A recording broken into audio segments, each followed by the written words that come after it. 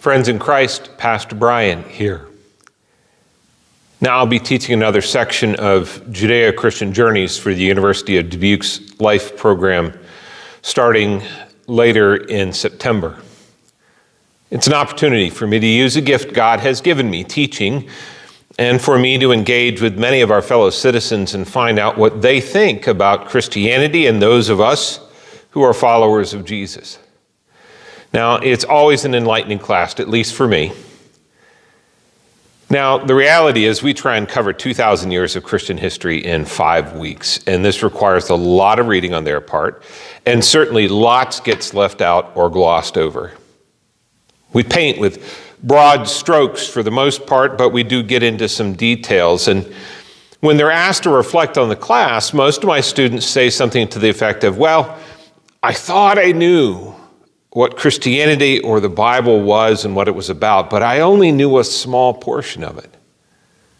They have their minds opened to another way of thinking about this faith or that text.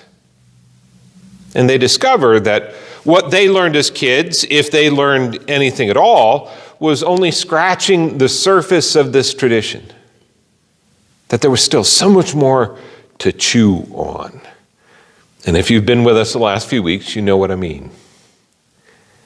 Now, as for myself, this is part of what I find to be life-giving about the Christian tradition, that there is always something to discover or learn.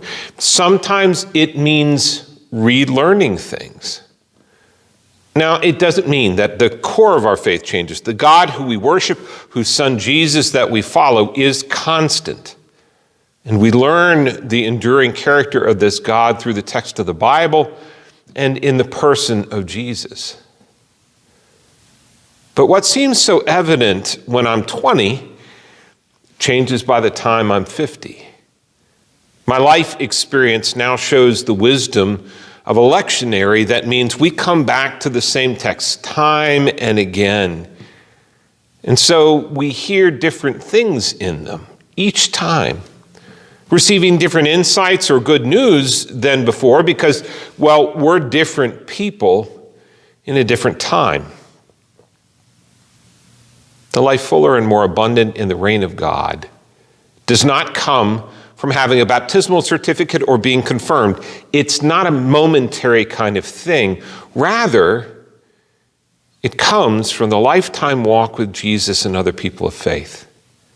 It comes when I eat this bread of life regularly, when it seeps into every fiber of my being, when I listen to others as they speak of what they hear, as they share their experience, the life fuller, more abundant comes from sharing community with God and with each other. What are the things you've learned over the years in your walk with Jesus that have deepened your faith? I'd love to hear your story and to invite you to join us on this journey of faith. God's blessings.